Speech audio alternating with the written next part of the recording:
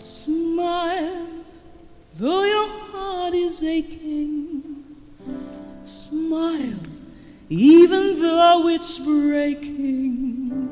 When there are clouds in the sky, you get by.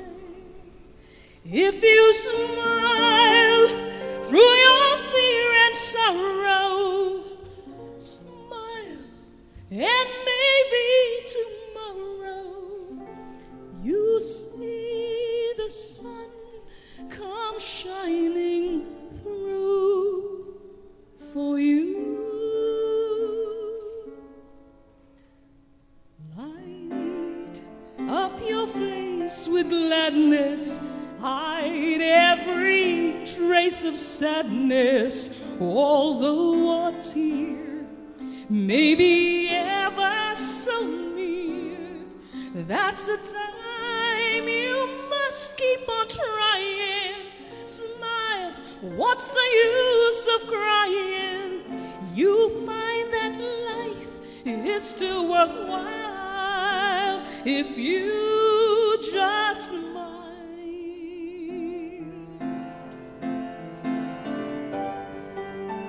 Ladies and gentlemen, our very own Richard Ditas.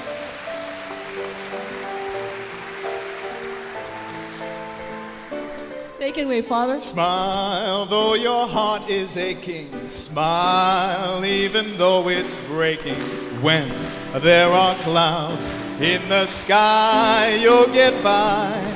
If you smile through your fear and sorrow, smile, and maybe tomorrow you'll see the sun come shining through for you. Light up your face with gladness, hide every trace of sadness, although a tear may be ever so near. That's the time you must keep on trying. Smile, what's the use of crying? You'll find that life is still worthwhile if you just smile. If you just smile.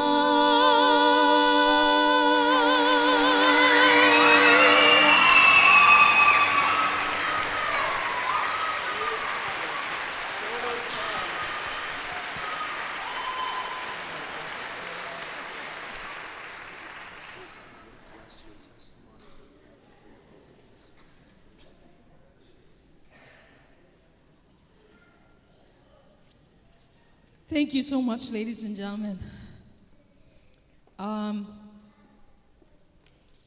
Let me have this moment to just kind of absorb that you chose to be with us today, or few hours, couple of hours. Many of you have known what has happened to me within the last several months, but many may have not known about it. But first, I would like to say my thank yous to the Lord Almighty, the master planner. Without that master plan, I don't think I'll be here. Let me begin by kind of doing as little as possible on the details, but also kind of letting you go through what transpired over a few months. In, I think, August 29, I was rushed to the emergency room with the worst headache of my life. And then I woke up around September, maybe 8. I did not know that I had gone through 2 craniotomies, had been in coma. I knew that I had the presence of mind to notice tubes, but it was hard for me to look at pictures and wonder where was I, because some of my friends would show me pictures of some recent pictures and say, where was I? I don't know that this had occurred, but over a period of time, and I still get stories that I'm trying to put those together. Bottom line, what I'm trying to say is this event, I truly believe, was planned so many months, maybe even years. And if one piece of it had not been present, it would not have ended up in this, wherein I'm standing right in front of you, let alone speaking, but singing as well. I had tube, I was intubated. So if I ever will have some weird vibrato, blame that tube. But I pray that it will be as minimal as possible. I'm going to set an example. When I was in the ER, I was just told this. If the ER doctor had not called my primary physician that I was in the ER and then they were going to do a CT scan, if that didn't happen, they would probably not have had a CT scan on my brain, which then they found out that I had bleeding. And then that's when they had to do surgery. So after that, I responded well, but the last I recall was I heard, I think I was almost completely asleep. I said, it's a brain bleed. And then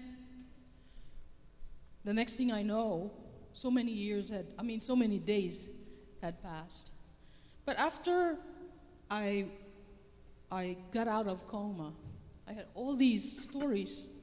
So I want to thank many of you. I know many of you said prayers, had kind thoughts. And this event and this fellowship is a way for me to thank you, because I don't know all and each and every one of you that offer their prayer and kindness. So I want to thank you all. And please, if you know anybody that's not here, I want to also have you, please extend it to them.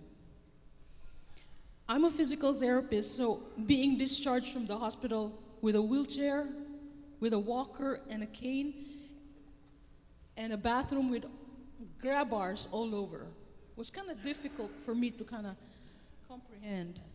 So this is how our event and fellowship started. Is I was invited by a very good friend who was also critical on the care that I got, to go to a concert, another benefit concert that Father Richard gave, and it inspired us to say maybe we should help him. He was very emotional, and he was hoping to give to this young musicians and artists. So we tried and asked the rector if there was a meeting, and that's how it began. And I asked Father Richard, I've been told many times, well, there's a purpose for you as to why I'm still here.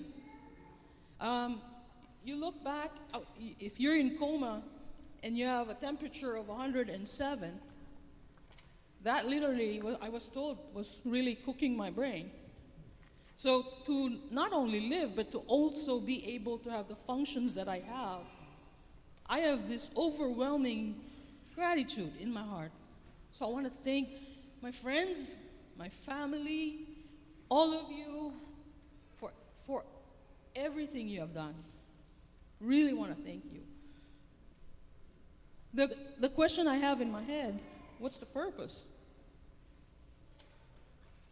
Well, whatever I have, whatever talents I have sitting, if I can give back and maybe change somebody's life for the better, then I'll do that. If I would help a patient and make theirs better as well, maybe that's a start.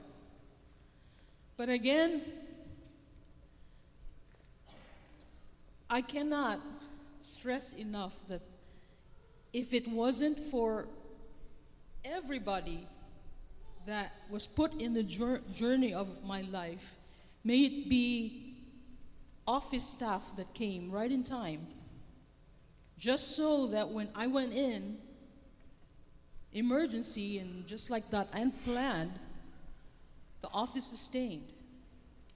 If nobody was there, if those staff were not there, then the business would have suffered greatly. Not just that, it could be friends that happened to be in the right place, doctors that when they called were available. So the master planning, I strongly believe, and I'm so grateful. Thank you, Father Richard. Thank you so much for allowing us. There are so many of us here, and I don't mind it, but they do. They don't want me, thank you so much, they don't want me to mention names, but there are key people in here that made all of these, with you coming, with everything, the ticket sales and everything, and they're blessings. And we hope that the proceeds would make a difference, Father, to the cause that you strongly believe.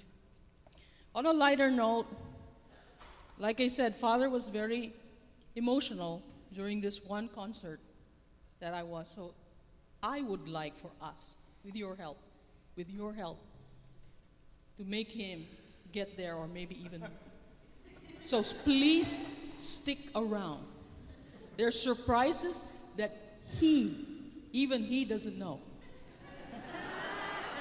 Impossible.